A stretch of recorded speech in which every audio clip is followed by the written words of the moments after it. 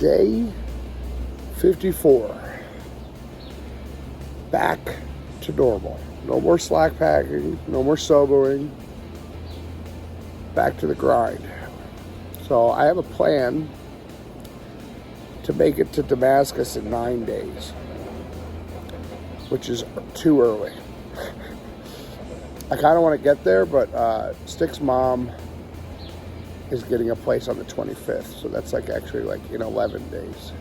So we have like a 2-day buffer, so if anything goes wrong, if we have to zero on trail or anything like that, like we got the time.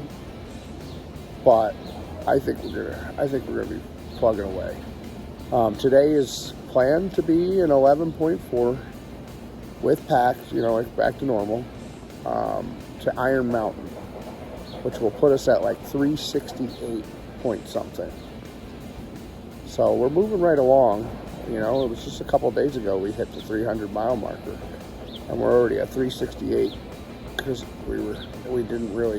I zeroed one day, but the other days we were staying at Uncle Johnny's, we slack packed. So we still, even though it was rainy and crappy for like a week, we were still making miles pretty much every day except for Saturday. Saturday, because we did our resupply. So we are back on trail as of today. We're waiting for our shuttle. We did go to a hotel last night to get a good night's rest and a good shower. I don't know. I think we like the idea of being close to town so we can get food whenever we wanted to.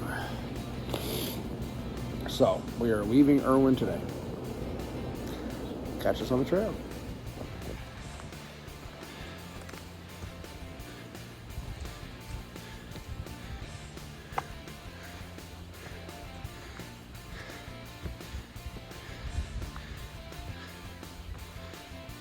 So it's very noticeable I'm not slack packing anymore. But I have some good news. We stopped at the post office because Optimist and Dr. Quinn had ordered something and they were waiting for it to come. That's why we stayed another night.